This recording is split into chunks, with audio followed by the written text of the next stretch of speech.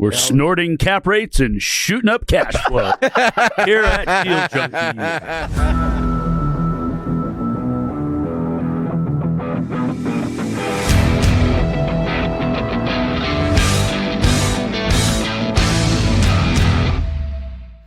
Welcome back. We're the Deal Addicts.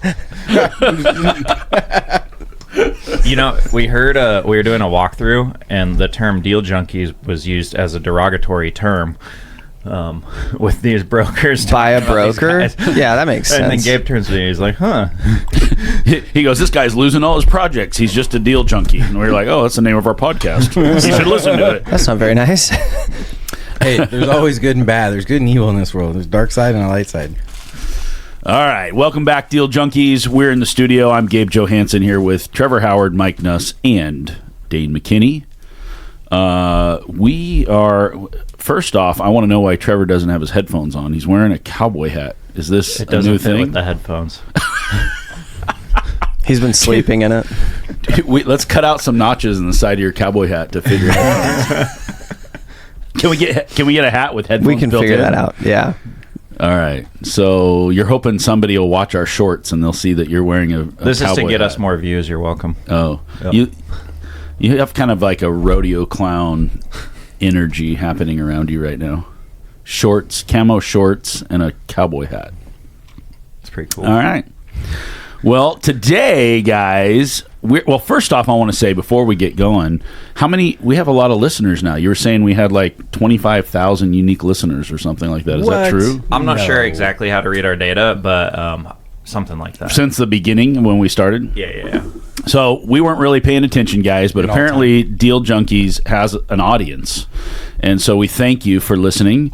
One thing we did to thank you for listening is we went back and we have added back our first 42 episodes. So if you have started listening to Deal Junkies recently and you're like, wait a second, where are the first 42 episodes? They are now live. So you can go back to where it all began and listen to some of our origin stories. So today we want to talk about goals. And I don't know, have we done a goals episode before?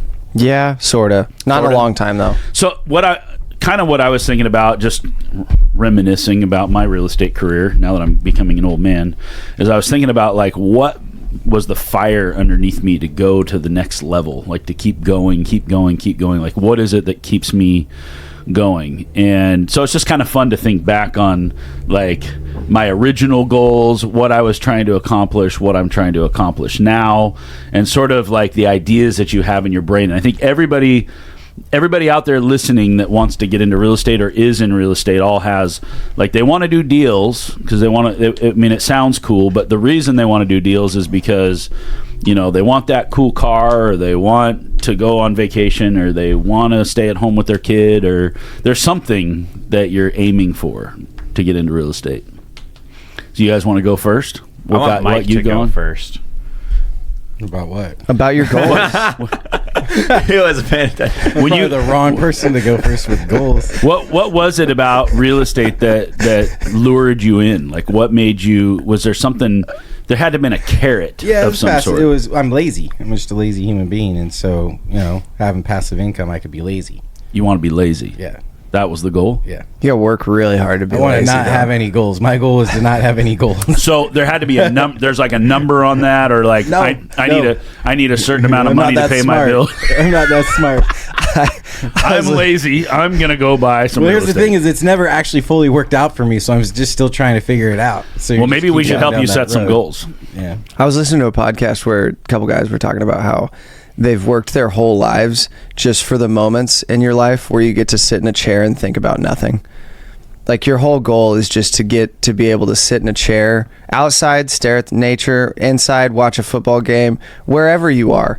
You're working so that you can just sit and think about nothing. That's your whole goal. Yeah, that's a fallacy, though. You don't think so? No. Especially if you... That's what you said you just wanted to do. No, be You said- lazy and not think about the two different things. Like, Tell us the difference. My brain doesn't shut up. Like, You want to be sitting around thinking a lot. Yeah, well, I have to do Monday things so my brain doesn't drive me crazy. Well, that's why you have a football game on. Yeah, right. So, Yeah. yeah. That's where like Netflix and that type of stuff comes from. Why do you think you're lazy? What is that? I mean, I don't think you're lazy. So why do you think you're lazy? I'm a procrastinator. I don't know. I don't see myself as I'm not a high D. I'm not a really driven human being. Okay. That's not my high D. Yeah. Like disc test, like the DI. Okay. Yeah, I'm a high I, high S. And so I'm more of a touchy-feely type person. I like to have fun. So for me, real estate is a way to have it. So the goal is passive income creates fun. You want to be on the golf course barefoot. Yeah, exactly. Right. So, and I can work doing that. And I do work doing that. So it allows some from freedom. What do you call it? Location freedom, Dane, and some time freedom. But so like what I'm trying to get at though is like, as you got into real estate, what was like? You didn't have that immediately, right? Like, I mean, you didn't have the freedom to be as lazy as you wanted to be, did you? Or no, from I had to day work one? My ass off. And that was like, so, I mean, I got into appraisal right away. So I graduated high school and then started working 60 to 80 hour weeks. And so it was just working. And that's not what lazy people do, by the way. Yeah, but I'm not. You just feel like you're not hyper motivated. You're not hyper. You'll work. You have good work ethic, but you're doing it. It needs to be done. It's not because I want to do it. And so for me, real estate and passive income and time freedom just comes down to, well, I can just do what I want to do. Do you think that's a purpose thing though? Yeah, absolutely. Yeah. Like a why. Mm-hmm. And that's why I haven't felt great the past few years, is because I feel like my purpose was stripped out of me as I kind of went through the recession and trying to figure everything out again. But yeah, for me, like I think a vision, alignment of where you want to go, is just as effective as a goal. So for me, I don't like goals because that's tracking. It requires details, all the things I hate in life. But I can have a vision and I can have an intention and I can put my head down and work towards that, and then 90, 60, 180 days look back and go, okay, well, you're going towards that intention. Yeah, everybody always told me that a goal that's not written down is a dream. You have to write it down. For me, that wasn't really the case, but then they do, you have to do this 1 year thing and a 3 year, 5 year, 10 year and all this stuff, and I don't know, that didn't work for me. It's helpful. We're the people that make Gabe do that, by the way. That's me. Yeah, Trevor and I make Gabe do Trevor and Dane. We're the guys that suck the energy out of Gabe. We'll get to me later, but like I'm interested, like, so you're working your ass off. This is one thing they say about entrepreneurs is like, we're the only people that'll work 80 hours a week so we don't have to work a 40-hour a week job. Like, it's a weird dynamic, right? Yeah. It's like we work twice as hard as everybody else so we don't have to work. Well, did you know going in when you're working in the beginning that you're going to have to do that for a period of time, and then it would start to let up on you and you would be able to be on the golf course more? Yeah, I think that was always the goal, was, hey, you work hard, then you don't have to work hard anymore. And then at some point, work smarter, not harder. And that was actually a pretty devastating statement for the generation just under me. It was work smarter, not harder. Because you start losing the idea to work. Really what it is work with more efficiency, work with more leverage. And so I think, younger generations have the tools to work with more leverage and more efficiency. But that's all it was for me is, okay, well, having a business, having employees, okay, that's leverage in your life to create more income. So that way you can then go buy more real estate and have more assets to create that type of leverage in your life. And so I just saw, well, this is what I want to do, and this is what I'm good at, and this is what I'm going to continue to do. And I don't know if I was successful or not. But so it's never a house on the hill or a fancy car or a trip to somewhere cool? No, or and I, like mind mapping, like having vision, like vision maps and all that stuff. The closest I came to that was I printed out my printer that doesn't work, because I printed out a Land Rover, when they came out with the whatever version. I printed that thing out. You were going to get I never freaking looked at Land Rover. Did you go get the Land Rover ever? No, I got a Jeep instead. I looked at Land Rovers and I went and drove some, but I don't know, because I don't need any of those things. I get fleeting. So I was driving through Creekside and they're building those new townhomes. They're going to. I'm like, wow, I could live right there. 3 bedrooms, 2 baths, just what I need. Overlooks the golf course, right next to the golf course. And so, but I really don't make, like, buying a Jeep was hard because, well, like this car or that car, to me, it's decision fatigue. Like, I don't even want to have those options because, like, I'll never buy a boat. There's so many fucking boats. Try buy a snowboard. Well, I and don't you know. get invited to go on the boat, and you don't go anyway. So Well, like that's the other part is no once you need. buy a boat or own something, now you're committed to spending your time in that arena And taking care of it. and taking care of it. Yeah, But I love being on the boat. yeah, That's But I my don't- favorite thing. It's not for me though. Like, dude, It might be if you came out. You might see it for a you. couple hours, but you're trapped out there, and No. it's like a whole thing. You got to drive out. Like, It's not a trap. It's overwhelming. It's Dude, you freedom. go play golf for like 8 hours. You're trapped out there. Yeah, you don't have to wear shoes on the boat either. It's a barefoot sport. Yeah. It is a barefoot sport. So I do have visions and intentions. Like I have list out my short term, midterm. I don't even know what I call them, but it's just this is Goals. what I'm looking. Yeah, but they're not goals. They're not really specific. Was there any part of your real estate career where you had your identity wrapped up in it? Like you wanted people to think you were cool, or you wanted to be known as a successful real estate entrepreneur? Yes and no. I think that's like that scares me, and I don't want to have anything to do with it. For example, I went Wednesday night to go support Ryan. I just fucking left because I don't want to talk to anyone. Because everyone, you don't want to be like a celebrity in the room, and you want to leave. So I do. Does that make sense? Yeah. So yes and no. I want the significance that comes along with that, and I more importantly want the leverage. So you like the significance, but not the attention. Yeah. Dude, you like the attention. Don't lie. I don't. You are a Don't real estate lie. celebrity. You're on You Deal are. Junkies, Yeah. but you're on a podcast. So Yeah. I don't like being recognized. when the fans are outside the Yeah, you do. bowling That's alley how we waiting- became friends. I prefer to not be That's how we recognized. became Look at what happened, though. Yeah. I Look- mean, sometimes it's fun to be recognized, but Dude, it's my biggest gripe with the meetup is I tell people at the end, I'm like, hey, everything you guys need to do Is next here. deal is, and then like half the people that want to do deals, they just leave. I'm like, guys, if I could just talk to you for like 3 minutes, I could solve like half of, or all, probably for most of them, all of your problems in like 3 to 5 minutes. Maybe no. this is your You next think step. you can solve their problems? They're real estate problems. I don't know about anything else. Yeah, but again, you just see the steps.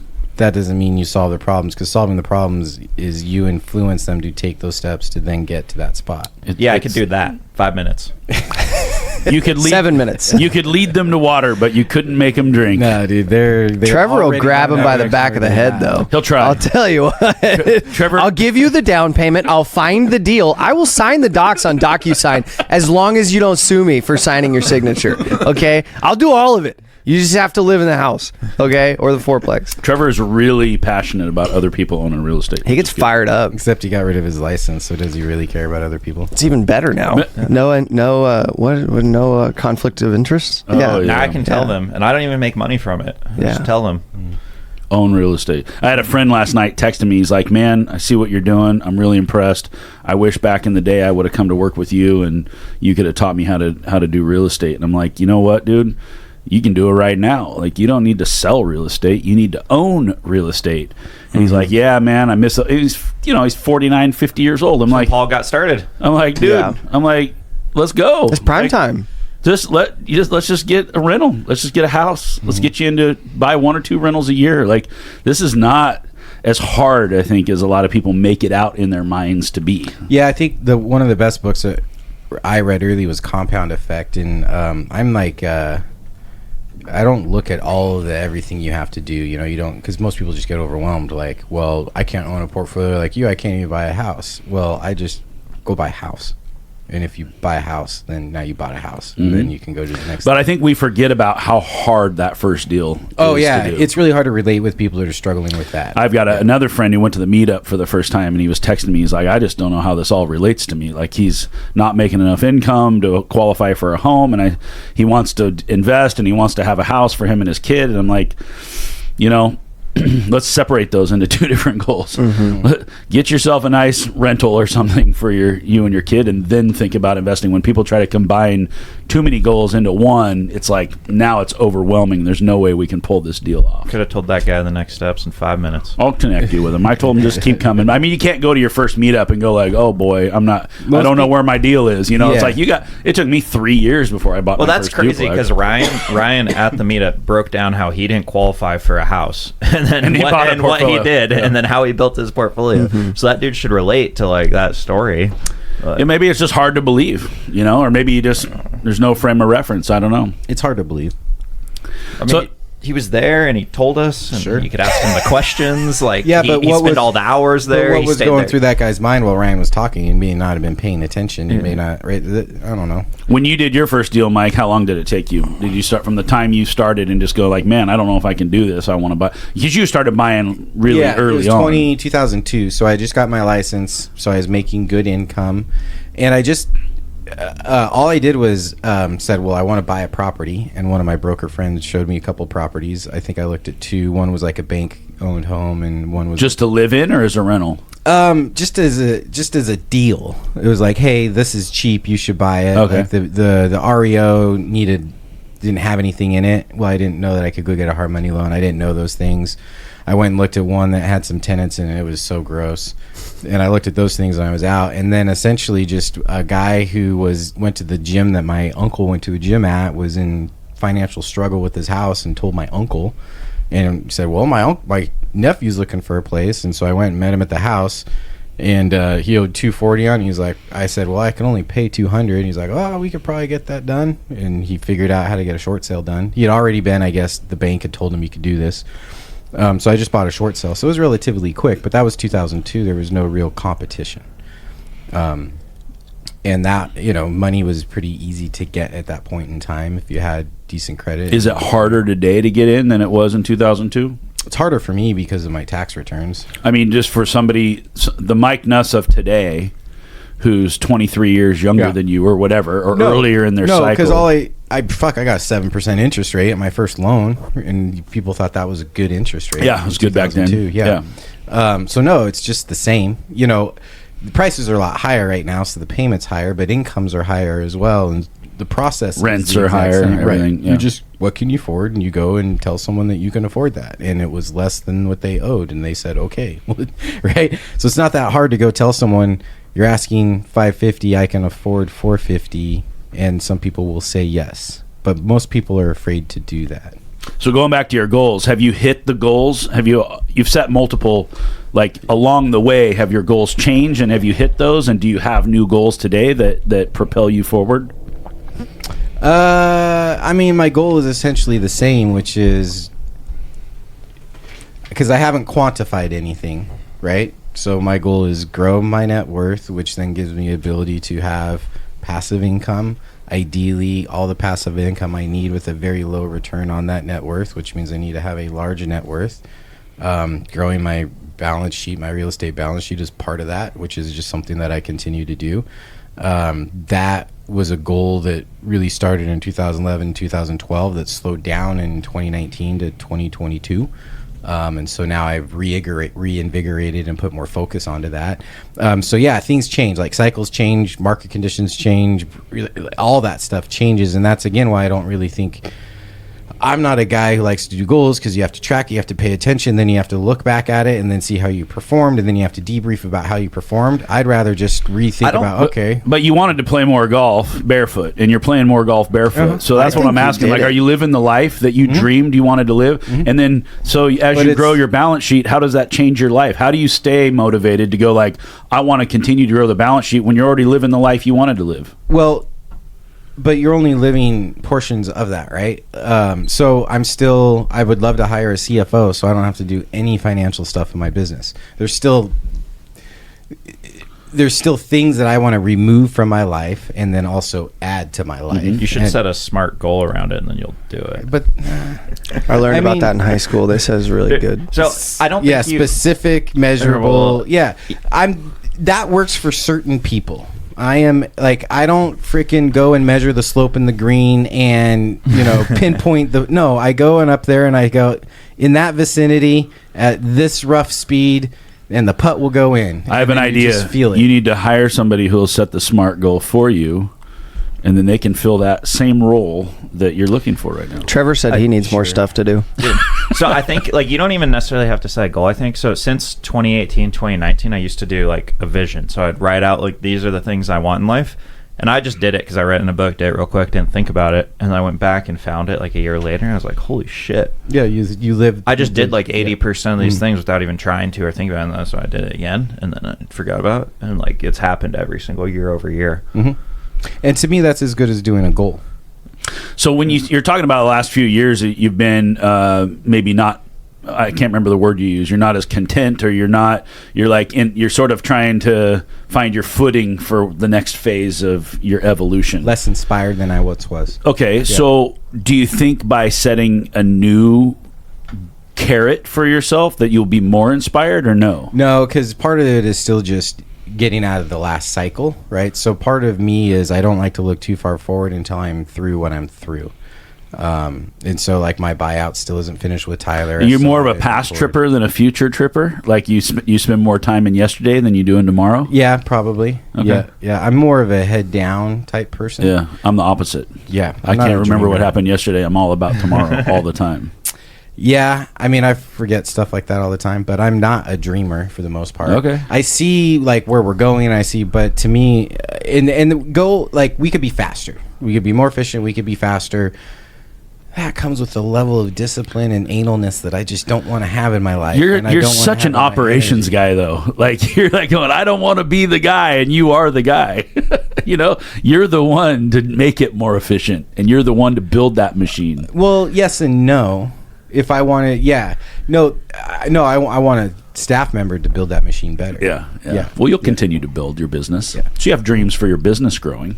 Yeah, I would rather have, like, I'd love my staff to know what they're doing more than asking me. Yeah, for sure. All right. Yeah. Trevor, what are your goals? Well, something interesting on goals. So Ryan Heltemus we all went boating on Wednesday when we invited Mike, and then Mike didn't come again. Why do you guys ask me first about my goals when you know I don't fucking have any? And then I just wanted to talk to you because I hadn't talked to you for a while. Okay. So Ryan was asking us, like, when is enough, right? That's what he's asking us. Like, what's the end game? Yeah. That's a question I ask a lot. Yeah. And, well, what's your answer? He asked me that. It's not my turn yet. Okay. It's your turn, No, Trevor. I'm talking about all of us, because I think we all have... You want to know the answer? It's never enough. So we're deal junkies. That's my answer. And Dane was pissing me off, because Dane has... What was your answer? I don't even remember. Well, actually, there's two answers. It's already enough. Yeah. And it's never enough. I mean, that's basically what I said, where I was like, as long as I can do all the things that I want to do in life, I'm going to keep playing the game. But I don't want to forget why I'm playing the game. When I stop having fun, if I stop having fun, I'm not doing this anymore. Yeah. Yeah, but this is the most fun thing I have. Yeah, but what if it ever is not fun anymore? Honestly, like I'm a little bit like Mike. In the last couple of years, it hasn't been as fun for me. You guys are having the time of your life, living your best life. It's been great. I'm not going to say it's been bad. We have a lot of good things, but it's been a little bit exhausting, and it's just been... Why do you think that is?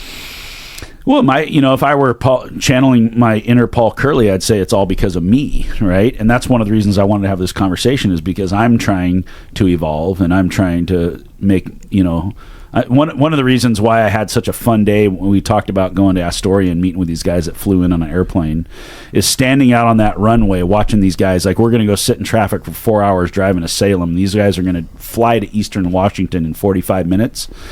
Standing there, like, airplanes are stupid. Like, I mean, that's the dumbest thing you could ever buy. And I was like, suddenly... I have a new thing. Yeah. I was like, and then you sent me like 4 airplanes. I'm shopping for airplanes. I mean, it doesn't make any sense, but I'm like, well, I need an air. I mean, it was not jealousy. It was not envy. It was just like, we could get somewhere far away in 45 minutes. I mean, it allows you to experience the world more. Yeah, yeah, exactly. It just shrinks the planet down. Like, I mean, it just makes so much more opportunity, and it's cool, to take a picture on the runway or whatever. But like, I'm not into flying. I'm not into airplanes. I don't want to be a pilot. I don't want any of that. But I want to get really far away in 45 minutes. Like that, for me, I was like, oh, I got a new thing. And so I don't know if you guys want me to take over Trevor's turn. No, yeah. But I'm more of a materialistic visualizer.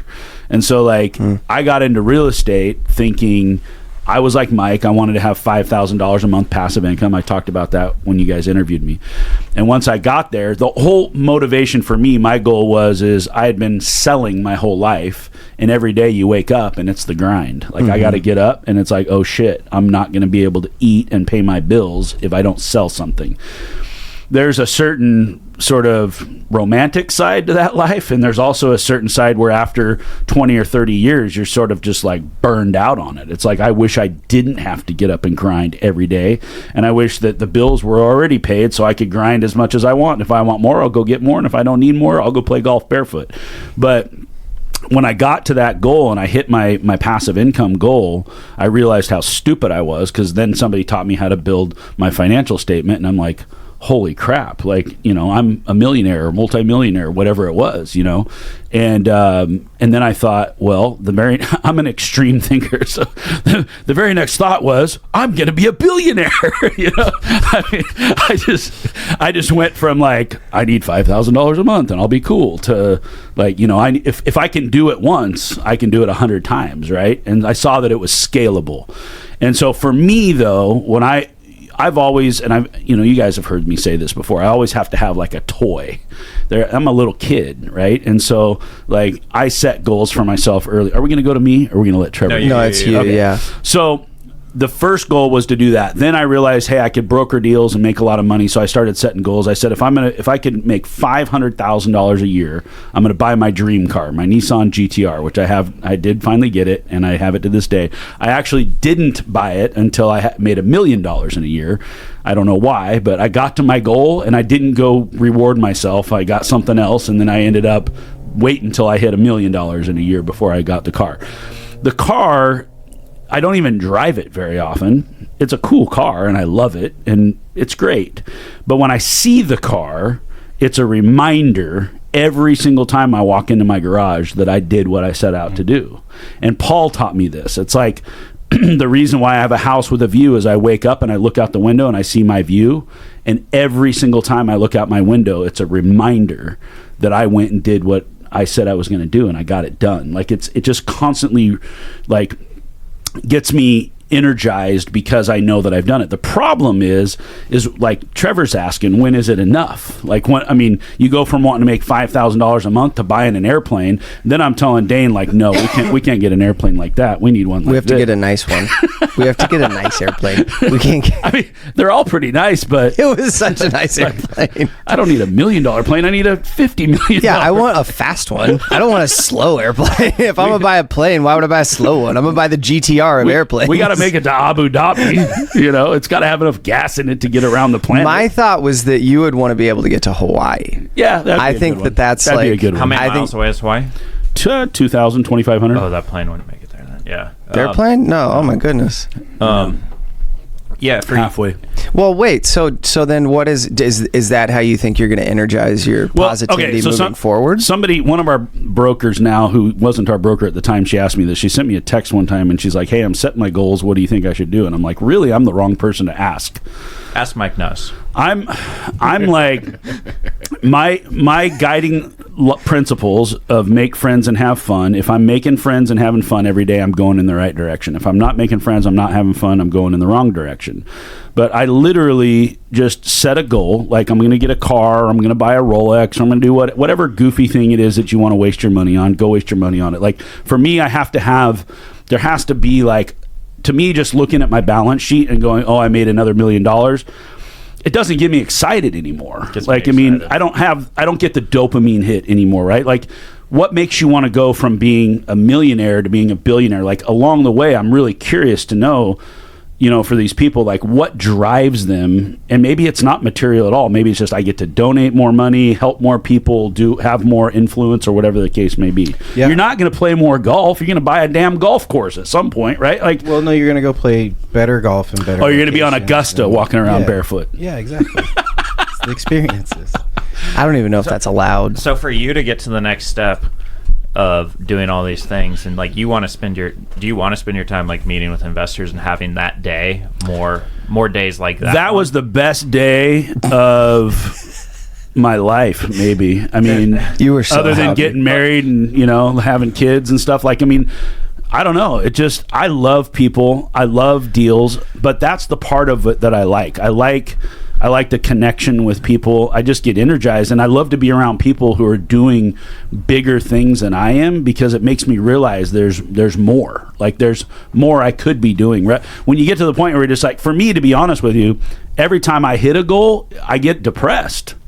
because I'm like, oh, now what? It's like finishing a book. Yeah, like it was a really good book, but then it's over. Now You feel like over. an emptiness of like a void that needs to be filled. And so I've got to go find something, and I'm an obsessive mind, and so I've got to find something to go obsess about. And once I've hit the goal, what am I going to obsess about next? And so it is technically never enough, but it is enough. I have enough. I don't need more, but I want to do more. I'm here on this planet. I don't understand. Like I'm not just going to go hang it up and go. I mean, I've had partners that retire and they go ride their bike and they go on trips and they do stuff. And I look at it and I go, man, for me, at least at my age, I want to slow down, but I don't want to do that. I want to keep going. I want to keep building. I still want to keep growing. For us to get to the next level, we need you to have those days all of the time almost. Yeah. And so I think like for you, it's like you've taken SMI and the brokerage, you make a bunch of money doing it this far, but that's not going to make you a billionaire owning this property management. No. It's going to be owning buildings for sure. Yeah. So, and I think you get to own more buildings by the less time you spend with that stuff and the more days you have like that. And if it's your favorite thing to do, like that's awesome. Good. Yeah. Yeah, we were driving home and Trevor was falling asleep and I was still jacked up. I was on the phone talking to people and Trevor's like, what is going on? Yeah. He's like, I'm worn out. Gabe just keeps going. Trevor's like, I'm so tired. And somehow Gabe's like got more energy than he had at the start of the day. And like dude's bouncing off the walls of the car. Valuable thing you can do for our whole group. Well, for sure. That's my favorite part. And that usually your favorite part of doing something is what you're good at or what you like and what you're good at. Well, I think the reason that you're good at it is because you like it. I love it. Right? Well, I think one of the reasons it's both ways. Yeah. I like it because I'm good at it. I'm good at it because I like it. And so you keep practicing it and you get better at it. I mean, I like this even more now. I genuinely love people. I mean, I really do. I just love the interaction. It's fun. That's clear. Me too, but only with very select Trevor people. Does not. Trevor loves deals. Trevor's got like 3 people he likes talking to, and they're sitting here right now. But he doesn't show up when I invite him. But how do we get you to do that more? Because I think that's our job. To get like we just more. set those meetings. Yeah. Yeah. That is what I'd love to do that. You. Yeah, because a huge piece of like what we're doing is just having credibility, and when people talk to you, they're like, "Oh my goodness, they can do anything they say they're going to do." Like anybody leaves a meeting with Gabe, and the sky's the limit. And so the more times that we can get somebody in a room with you, like obviously we set the ground floor and like the foundations of the relationship, and that's what Mark did with those guys. And then it took years, and then they brought their big dogs out, and then met with Gabe finally. So what are my goals going to be? I mean, that's the thing. Is like you just set this big number, like, oh, I'm going to make a bunch of money. I'm going to have all this stuff. Like, I don't know. Like, what's the toy for me? I don't know. Maybe I think it's the plane. Get a plane. Well, let's get the plane. I think it's a stack branded plane. That's what I want. I need a house in Maui. Sick. We got to get a house in Maui first. Oh, that's true. Sure, dude. Is that first? Yeah, I guess it's cheaper than the one Gabe wants. Yeah, it's going to cost as much to fill the plane as a house in Maui costs, probably. All right. So I guess one of the reasons we're talking about this is we need to re-energize ourselves. I think goals can re-energize you. I also think you can get too, like you're saying, structured, Mike, on like, I'm going to do this, and then you're like, 6 months later I look back and, I didn't quite hit this one or that one. You kind of give up on one goal, and I don't know. Sorry, you were going to say something. Well, I think how do you frame it? So for me, it's like, to me, it's not what do I own, it's what do I create. So for example, with the plane, not how do we buy a plane, but what do we need to accomplish in order to buy the plane, right? And so what do you need to build? Another 66 unit in Astoria, and then that purchases the plane, or that then operate, 10 more. Probably. Yeah. Yeah. Yeah, I mean, really, it takes maybe a while. more than 10. I have clients that are way bigger than we are that still don't have a plane. It just never pencils. It never makes any sense. But when Grant Cardone posts that he's just bought a $75 million plane, it sort of pisses me off. Well, I think it starts to pencil when you think about how much your time is worth. And so if you just constantly make your time worth more than sitting for 4 hours in traffic, that's a good makes one. a plane seem worth it. Yeah, all the rich people are always like, time's your most expensive resource. I didn't feel like that when I was like 20. I think that but that's becoming more true over time. I think you get the freedom, so you set yourself up so you don't have to be in traffic for 4 hours. Yeah, that's the fucking problem, right? So how much am I willing to pay for that? What I don't do? I don't go to fucking Costco on Sunday. I go to Costco on Tuesday. I go Costco on Tuesday at noon because nobody's there. Right. You shouldn't be going to Costco at all, though. What's that? No, but you get the idea, Trevor. The majority of people live their life in a certain way, and that creates a lot of upstream paddling that you have to do. So I want to design my life backwards to the average human being, so that way I'm typically alone, I'm going downstream, I'm not getting bothered by everyone else's stress. It creates a lot less friction in life. I think there's a double-edged sword here where you have the goal to make money to live the life you want to live, and once you're living the life you want to live, now the goal just becomes to make more money, and I think it just starts to lose the allure. Like, it doesn't have as much meaning to it. Especially how you do it, right? So, like, for me, it's all real estate, right? You make more money to pay off more debt. It's just, that becomes like a cycle. So, like, the real estate, the balance sheet side of it as well, it's kind of hard to focus right now because there's some things going on, but it's really finishing the care facility and selling the 3 unit and getting that money back and wrapping up that partnership.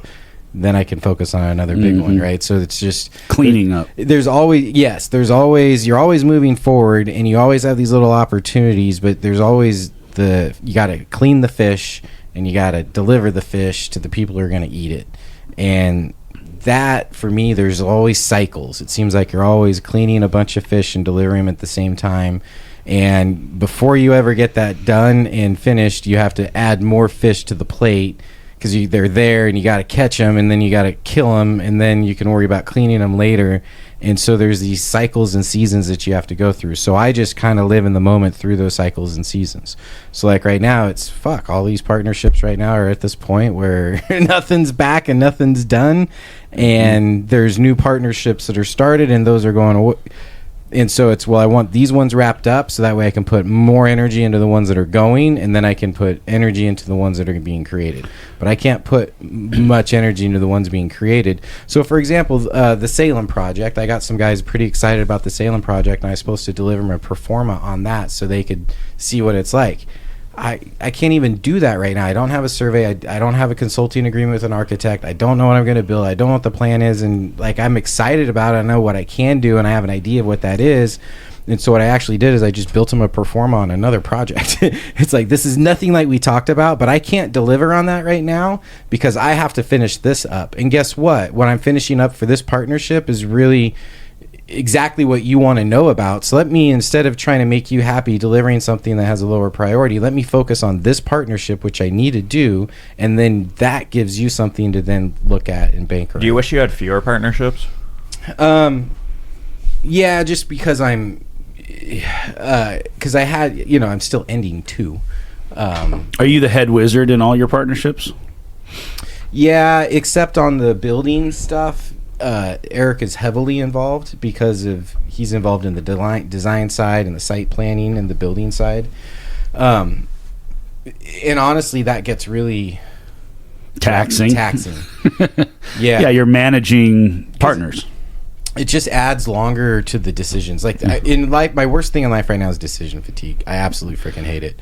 This is why Logan and I built the SMI fund management team, is because we're like all these scattered partnerships. Logan was the head wizard, so he had to deal with it all. But he's like, this is just takes way too much time and effort to move the pieces around when you got to get everybody on board. You have to streamline that somehow. Yeah. So I'm rethinking kind of some of that. But I do love the first commercial partnership's great because my team's handling it. The partners are very passive. We just communicate some texts and some phone calls, and they're people that we're already communicating with anyway, so you can just kind of communicate as the day goes by, and then those are expanding into other partnerships. But it's just the old, long, dragging stuff that you kind of want to get out of. Do you think that goals are they have more fire underneath them when you make it about other people instead of yourself? Yeah, the last fired I was on the affordable housing side. And one of the developers in Portland, Kevin Kavanaugh of Guerrilla Development, he did a TED Talk. And one of the things he talked about is what is enough. That was like the concept of his TED Talk. And I think that was 2017, 18. And then 2019 is when I had my vision for a tenant uplift program. So we already had a lot of affordable housing. I'm just tenants we inherited and didn't increase their rent because it made sense. And so we already had this kind of component to it, and we actually I created a vision for it. Created one of the properties we bought called RB for Rare Bird Uplift, right? So that was going to be our first project. We could build a 60-unit affordable housing concept there. And that was right as, I think we bought that right as COVID. So that's right when my partnership started to go south. And then we dug into the middle housing, and the market conditions changed. And so one vision and part of you feels like it's failing and feels like it's shrinking. And then the other part of you that was a huge growth curve in the middle housing, and it's sexy and it's new and wow, but it's draining and taxing the shit out of you. And, now you look back and you're like, well, what happened to that idea? And I just actually made a video recently and posted it in GoBundance of just, I'm fucking lost. That's really from a true accurate spot is I'm lost because I don't have that purpose. But it doesn't mean I haven't been taking the steps that actually do that. We have been building a lot of housing, and I have been learning a lot of things, and I have been becoming the human being you need to be to accomplish that goal. Right. Yeah. Because who I was in 2019, I didn't have even though we did some affordable housing, and even now I have a significantly higher proportion of market rate housing in what we do own, I'm a much more capable human being to accomplish what I wanted to accomplish then. But you get off track and you have to go down those roads. And so it's just a cycle, right? And so I look at that, and part of that cycle is I have a 16-year-old and 18-year-old, right? So, well, what's my vision for the next 3 years? I don't know. I'm going to be fucking in Salem. It's not where I want to live long time, but it's where I am now. And part of where my vision, it's not barefoot golf more. It's, go experience barefoot golf in a place that my kids would love to go to as well. But they don't have that time freedom yet. And my divorce isn't over, right? So you can't, for me, how do you make goals in a period of time where there's a lot of things outside of your control, and you just have to go down? Well, the goal, like you said, the goal is cleaning up some of the stuff in your life so that you can now set a new goal and move forward. Right. You got to get things all organized first. And certain things have certain timelines that you can't affect. So I want to hear from Trevor and Dane. These guys, if you watch them on social media, they're all over the world, traveling the world, living the life, out on the boat. You guys clearly have. Was this part of your life goal? Did you envision this when it happened, or like, are you? I don't know anybody that lives a life like you two. No, no, that was not part of my goal. That's part of mine. I mean, I wanted like location freedom, but I got really homesick. I mean, I love being in Salem. We were there like halfway through. I was like maybe less than halfway through. When you're in Greece on the yacht? Yeah. Well, before we even got on the yacht, I was like, I'm kind of ready to go home. Really which sounds bad. I thought it was a ton of fun, but like, and it wasn't that I necessarily, I don't know. I thought the trip was a little different. It was going to be a little different than it was. But I also just like enjoy being in Salem, and like I enjoy being in Chicago around Sydney. And so like those are probably the two things that I want to be doing the most. And so like I think moving forward, those are the two places that I'm going to spend most of my time. But really like my goal was to be able to spend my time where I wanted to spend my time. And so whether it's in Chicago or Kansas City with my parents, or like I spent 2 months in Dallas in like November and December and January with my brother and sister-in-law and my nieces and nephews, and like that was super fun for me. And that was always part of my goal, was to be able to spend as much time where I like wanted to spend time, because my family's so spread out and like my friends are so spread out.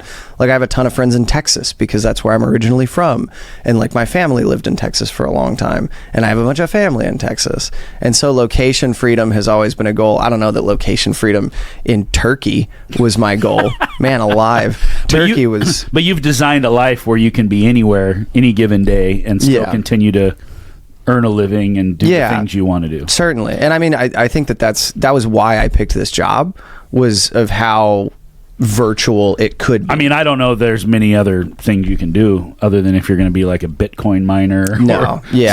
Which I did as well. Consultant or there's a bunch of remote work you can do. Yeah, you could do remote work, I guess. Yeah, but he said be a VA. Dane has to be able to do it. Dane can't do anything else. No, yeah. I mean, I wanted to get into finance. The biggest reason I wanted to get into finance, though, and like going to my goals, was because it felt like it was the best place that I could use my skills. was in finance.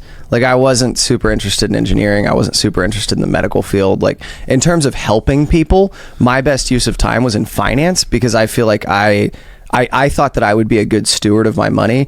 And like, I've always wanted, and Mark's big thing when we first met was like, I want to write big checks and not think about it. And writing big checks to the nonprofits that he cares about and the foundations that he cares about, and whether it's to his church because he cares about it and like wants to grow those communities, like but Mark's building apartments. And so it's like, well, if you want to give a bunch of money away, because his best use of time is building apartments so that he can give that money away. And like, I think Mark and I are similar in our vision in that way, where it's like, it's never going to be enough, in the sense that I will always feel like I have a responsibility to put my best foot forward to making money so that I can be a steward of that money, if that makes any sense. So, and you're the same way, Gabe. You give away more money than anybody I know. Yeah, I mean, I don't know about that, but like, I think I don't know who gives away money. You're the only one who tells. Well, that I talk about it with.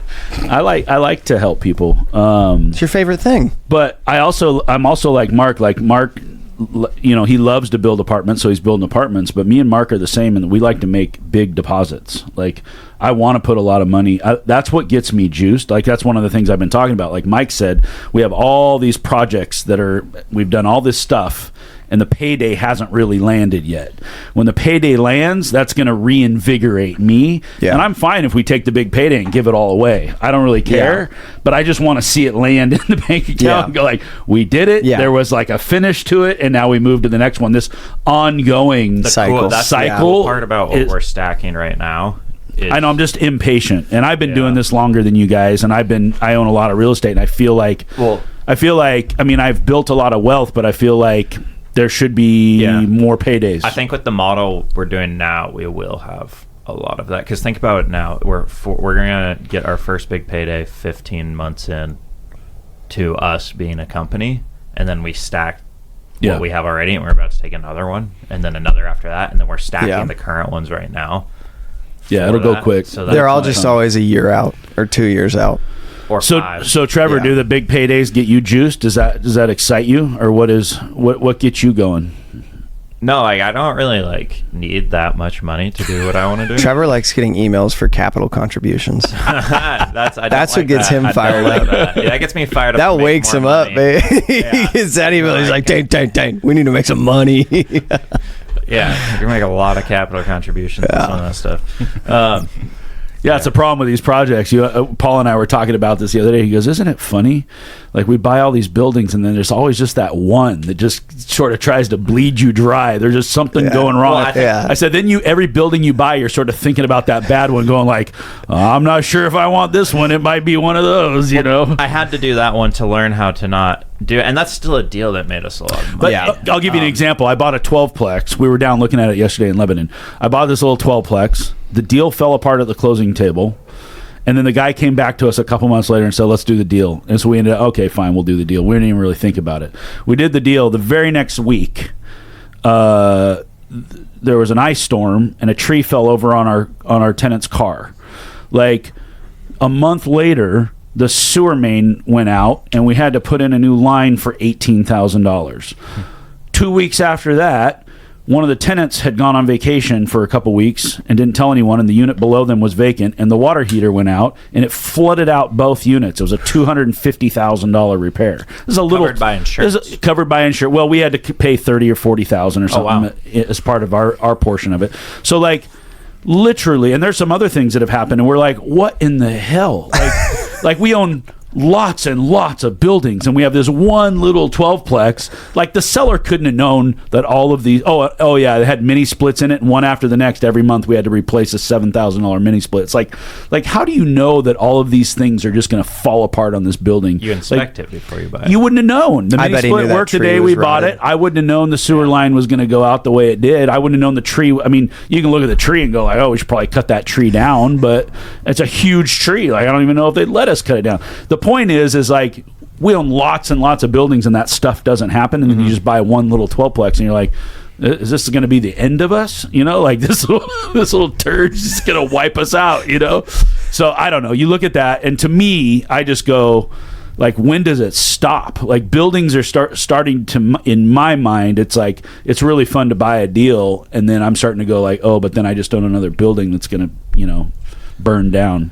Trevor, what's your goal? What gets you fired up every day? I just want to play infinite games. So like why? He's a gamer. Yeah, because like you don't want to do why do something that has the end? Yeah. Well, why do you want to? Why'd you pick real estate though? Originally for financial freedom and not have to work a 9 to 5 because I knew I didn't want to do that. When did it switch? Once I met Gabe, and then a couple years after that, where I saw what you could do with it and what it was giving me. Because then I, become a millionaire. Then you have more money, and then you're like, I get to live a way cooler life the more money you have. Like, if I was an engineer, would I get to go to Istanbul and Greece? It's not and all even the this? more money you have, it's the more experience, the higher level of conversations. You just look at life a different way. I get to do more. I was already doing cool things, like, a lot of the time. And you don't need a lot of money to do cool things. You just need, like, high-level motivation. Yeah, but if you could be an engineer, work remote, go on vacation whenever you want, make $500,000 a year, you still wouldn't do it because it doesn't get you excited. No, This gets you excited. Fun. Yeah, this is cool because we have unlimited potential, and we truly are we get to choose our destiny. Like, we're in full control. All the wrongs, all the rights, we are deciding what happens with all of them. I'm not working for a company where they're like, hey, be here, do this. We get to decide. And that's pretty cool. So none of you guys, except for me, really are materialistic. Like, you want to go buy I want a plane, yeah. You want another He wants to lift his Prius still. He's got his $30 knockoff Italian shoes and his cowboy hat. And his $1,000 Prius. Trevor makes capital contributions each month for more than his car is worth. That's crazy. Every single month he gets an email and they're like, buy 2 more Priuses. You just need to buy 2 more Priuses. Like, really quick. I got a Prius. I can afford this. So walk us through your goal setting process, you guys. Like, do you write it down? Do you? Yeah, I wrote it down. You do all targets. Your SMART goals, so it's specific and measurable. What's SMART? I didn't do it like that. I knew very clearly I wanted to live for cheaper so I could save more money and retire earlier. So I bought a house and rented out the rooms. And then I was like, oh, that's really cool. I want to achieve financial independence where all my cash flow covers my living expenses. And I did that. And then I wanted to become a millionaire, right? So I did that. And then I wanted to own 100 rental units. And that's pretty easy to count. Yeah. You wanted measurable. So it was always a measurable thing, yeah. So the goal itself, you could say, did I do this, yes or no? What I'm trying to get at is buying deals is a goal, yes, but why? What is the goal behind the goal? What do you want different from life? And as you move forward, specifically, how are you going to continue to motivate yourself? You're playing an infinite game. At what point do you go wow, this is just the same thing over and over again. I want something different. I need something new to get me excited. I think that I'll speak to myself. I think this is what actually motivates Trevor too. When he says he likes playing infinite games, Trevor, in everything that he does, wants to win. And I'm the same way. You're probably the same way too. I assume you're the same way, Mike. You like winning. You love winning. You love winning. And it's not even so much that I do love winning. I probably hate losing more than I love winning. And the hate for losing is me not living up to what I could have done, and looking back and thinking, man, I could have done more there. Yeah. Whether it's in business or personal life, right? What should I have done different there? And the thing that real estate allows you to do is win. Just win all the time. And so we set goals. We set goals as a company, though. And I think, I know for myself, Trevor too, I wrestled in high school, and the most fun I had in wrestling was when we went to what was called dual tournaments. And that was when you wrestled as a team against another team, and each match at each weight class against another team specifically, gave you points to beating that team. And I was the Ryder Cup. Yeah, that kind of stuff. I was never when I wrestled individually, it was fun for me, but I was always the team guy. I loved playing team sports. Football was so much fun to me, and rugby was so much fun to me because I was on a team with I loved the aspect of having people that I was going into battle with, or just going to play the game with together. And how could we create a cohesive team? And real estate's what allows me to do that now, right? We have a team, and so my goals have like converted from an individual goal of where like this is where I want to be to now when I think about what my goals are, it's like where can Trevor and Gabe and I and Mark be in 5 years, and like what do we all need to do to accomplish that? Where do each of us need to sit? Who do we need to hire? Like what monetary goal in terms of like how many apartments do we have to buy? Like what dollar volume do we have to buy? What cash flow does the business need to have? And like that's where you can look back and you can be like, well, we won. Like we won that round of the game. Like that round, it was like, and right now, like we, you know, you look back 6 months ago and it's like, okay, like I think we've kind of won over the last 6 months. Like we did what we said we were going to do. Yeah. So let's set some more goals. And the point of the goal isn't to make my life better. It's because playing games is fun. And like winning games is fun. And that's the big part of setting the goals, is to be like, well, we won. We did the goal that we set out for. And in an infinite game, though, what I love about real estate and partnerships is that everybody can win. Yeah. Buyers can win, sellers can win, brokers can win, everybody can win, investors can win, everybody on the team. To me, it's way more fun to win together. Oh, yeah. I don't want to be by myself on an island saying, yay, I won, and everybody hates me and nobody wants to hang out. Yeah. Like, it's way better to celebrate together with friends. Yeah. Go back to the locker room. Yeah. Be like, whoa. Yeah. We did, go to dinner. And that was, we have a partner who was like, we closed on a deal that I don't even think we didn't know how good of a deal it was when we closed it last year. And one of our partners was like, we need to get together and celebrate. Like one of the guys who brought most of the money, he was like, we need to get together and celebrate. Well, I know. And we're kind of trying to make up for it now, but we'll celebrate by buying another deal in the future. Yeah, I think that's something we need to start doing, because I think a lot of us are. We need to have Gabe do that 24/7 again. 100%. Yeah, but we're so used to delayed gratification in what we do that we forget to. I think that we don't want to take our own gratification, but when you do like the dinner with other people, it's almost like you get to give the gratification to other people and they give it to you, but you don't have to be celebrating alone on an island. And so we don't plan those, because it's like, well, the game's not over yet. But it's like, well, that quarter's over or that round's over, it's halftime. We can still be, it's a good, or it's game one of the season, whatever you want to call it. That's a good point. Celebrate your wins rather than being depressed that you hit a goal and you got to go celebrate. Yeah. And like delay gratification forever, right? Because what's the point? Like, give yourself some gratification at some point. Mike's goal is to fall asleep on the podcast. This is how I feel when you talk about economics. Yeah, I bet. Fuck it. I think every activity I like, it has unlimited growth potential. You have ease of access, and there's a community around it. Like wake surfing.